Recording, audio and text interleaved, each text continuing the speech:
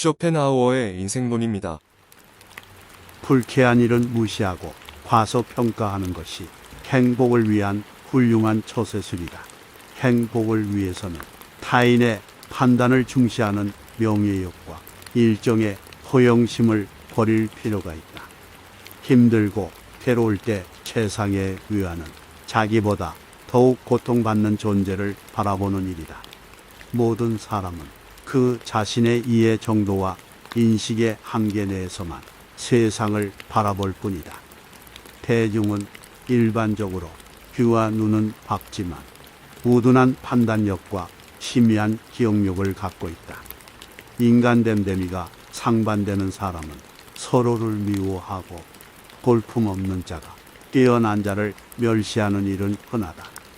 사물을 올바르게 평가하는 일이 드문 이유는 올바르게 판단할 만큼 총명한 사람이 적기 때문이다. 건강한 거지가 병든 왕자보다 더 행복하다. 행복은 쾌활함의 정도에 비례해서 커지고 쾌활함은 육체와 정신적인 건강에 좌우된다. 최상의 보물은 명랑한 표정과 쾌활한 마음이다. 나무가 튼튼해지기 위해서는 바람이 필요하듯 인간이 건강해지기 위해서는 운동이 필요하다. 행복의 90%는 건강에 달려있다. 행복은 주어진 환경 그 자체보다는 세상을 인식하는 개인의 기질에 좌우된다. 세계는 곧 나의 인식의 반영이다. 모든 진리는 인정받기 전에 세 단계를 거친다. 첫째 조롱받고, 둘째 반대에 부딪히고, 셋째 자명한 진실로 간주된다. 인생에서 가장 강렬하고 놀라운 사건은 대부분 사랑이라는 감정에 의해 만들어진다. 인간은 본능적으로 자신의 정신이나 신체적인 불완전성을 보완해주는 이성에게 끌린다. 조건을 고려해서 이성적으로 선택한 결혼에는 본능에 이끌린 사랑과 같은 정열이 없다. 성적인 매력에만 이끌려서 결혼하면 평생 후회와 탄식을 안겨준 반려자를 얻을 것이다. 모든 사람은 자신과 닮은 것을 좋아한다. 비슷한 영혼은 멀리서도 알아보고 인사를 나눈다. 아무리 좋은 돌도 연약한 팔로 던지면 멀리 못 가듯 위대한 걸작도 우둔한 사람을 만나면 빛을 잃는다. 지나치게 가벼운 배는 뒤집어지기 쉽듯이 삶에도 고통이나 근심이 없다면 방종에 빠지고 만다. 교만의 그늘이 무수한 장점을 가려버리는 일은 흔하다. 소중한 깨달음도 기록해두지 않으면 소멸하고 만다. 일기는 경험과 지혜를 축적하는 매우 훌륭한 수단이다. 지나치게 몸이나 정신을 혹사시키는 것은 수명을 줄일 뿐 아니라 신체적인 활력도 앗아간다. 예의는 지혜에 속하고 무례는 무지에 속한다. 흘러가는 시간은 권태에 사로잡힌 자들을 벌한다. 정신이 빈약한 사람들이 재물로 남을 앞서려고 한다. 지혜로운 사람은 생각과 말 사이에 간격을 유지한다.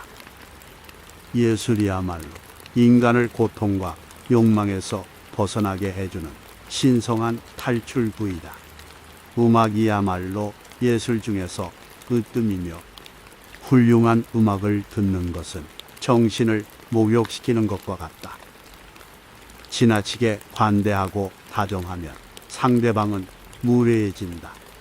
인간은 자신을 찬양하는 사람보다 자신을 경멸하는 사람에게 더 신경을 쓴다. 이기적인 성품을 지닌 사람은 늘 비탄에 빠지며 타인의 감정 따위는 무시한다. 격한 어조로 말하지 말라. 그것은 언제나 비이성적인 말을 동반한다. 환경이 변하면 이해관계도 변하기 때문에 상대방의 태도나 행위도 달라질 수 있음을 명심하라. 젊은 시절은 통찰력과 상상력에서 뛰어난 시기이고 노년 시절은 통합력과 분별력에서 뛰어난 시기이다. 뛰어난 예술품도 반복해서 보면 감흥이 없어지는 것처럼 관찰력이 가장 뛰어난 시기는 노년이 아니라 청년기이다. 인간의 행복과 불행은 무엇으로 자신의 마음을 가득 채우느냐에 달려있다. 성격이 소유물보다 행복에 더 큰 영향을 끼치지만 사람들은 정신을 수양하기보다는 재산을 늘리려고 애쓴다. 교육의 실패는 실제 경험에 앞서 학생들에게 지식을 먼저 주입시키려고 할 때 일어난다. 성공은 자신의 천성에 유리한 것은 취하고 천성에 어울리지 않는 것은 배척함으로써 만들어진다. 삶이란 욕망과 권태 사이를 왕복하는 시계추와 같다. 즉, 욕망으로 인한 고통으로부터 벗어날 수 없다. 희망은 마치 독수리의 눈빛과도 같다. 항상 닿을 수 없을 정도로 아득히 먼 곳만 바라보기 때문이다. 모든 불행의 시작은 비교하는 것으로부터 시작된다.